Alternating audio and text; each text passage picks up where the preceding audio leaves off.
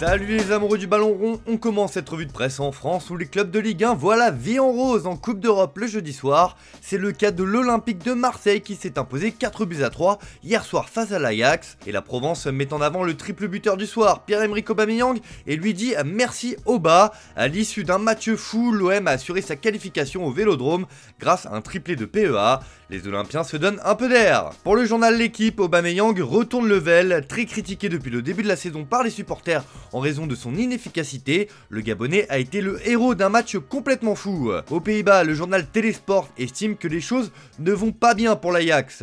Sinon, le Stade Rennais s'est aussi imposé sur la pelouse du Maccabi Haïfa 3-0 et assure la qualification comme le rapporte Ouest France. La Dépêche du Midi revient aussi sur le match nul de Toulouse contre l'Union Saint-Gilloise 0-0 et estime que le TFC s'en sort à bon compte.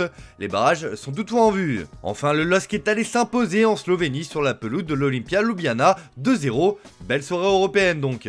Les Anglais aussi ont réalisé une belle opération hier soir, c'est le cas notamment de Liverpool qui s'empare de la première place de son groupe comme le placard The Guardian ce matin. Les Reds ont mis la manière en cartonnant l'Asc 4-0.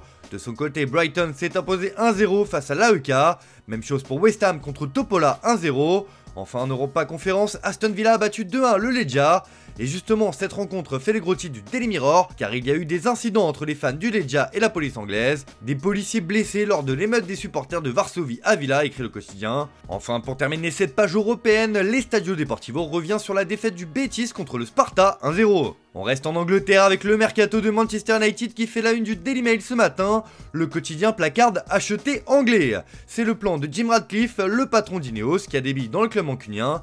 Et le milliardaire compte bien mettre sa patte sur le mercato. En effet, Ratcliffe s'apprête à acheter des stars locales pour relancer United. Alors que les médias du pays reviennent et surtout s'attardent sur le coup de gueule de Bruno Fernandes, le Daily Star placarde que le capitaine pointe du doigt tout le monde. C'est l'armée des mauvais élèves, lâchez Onana, nous sommes tous responsables de ce gâchis, a-t-il lâché. Même chose, dans une du Daily Express, nous sommes tous responsables, mais celui qui est au centre des critiques c'est bien André Onana, et le gardien camerounais a peur de perdre sa place dans les buts des Red Devils lorsqu'il va participer à la CAN avec sa sélection, rapporte le Manchester Evening News. Après son début de saison compliqué, la réflexion est logique de la part de l'ancien de l'Inter. On file en Espagne où un homme fait débat au FC Barcelone, c'est Robert Lewandowski. Après sa belle saison l'année dernière, celle-ci semble plus compliquée pour le Polonais. En effet, AS parle de la déconnexion de Lewandowski dans ses pages intérieures. Le Polonais semble plus isolé, il ne joue pas avec les autres et ne reçoit pas de ballon. L'ancien buteur du Bayern Munich, bien qu'il ait donné 10 points au Barça en Liga cette saison, semble plus souvent isolé du reste de l'équipe. Xavi sait qu'il n'est pas bien mais le maintient dans le 11 et lui maintient sa confiance. Il est sous contrat jusqu'en 2026 mais Vitor Roque arrive. Et oui, le Brésilien devrait arriver lors de ce mercato hivernal. Porte rapporte les détails de la formule de l'arrivée de Vitor Roque.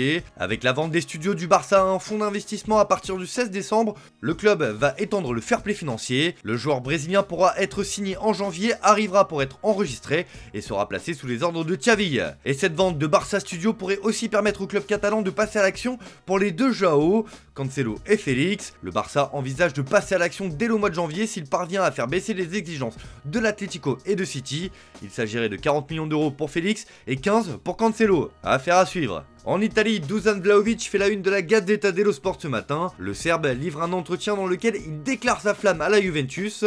La Juve est ma maison, je n'ai jamais imaginé quitter la vieille dame, l'Arabie jamais. Je suis bien ici, fort et ambitieux, nous gagnerons ensemble, a-t-il lâché. De son côté, il Corriere dello Sport consacre une grande partie de sa une aux propos de Galliani sur Massimiliano Allegri.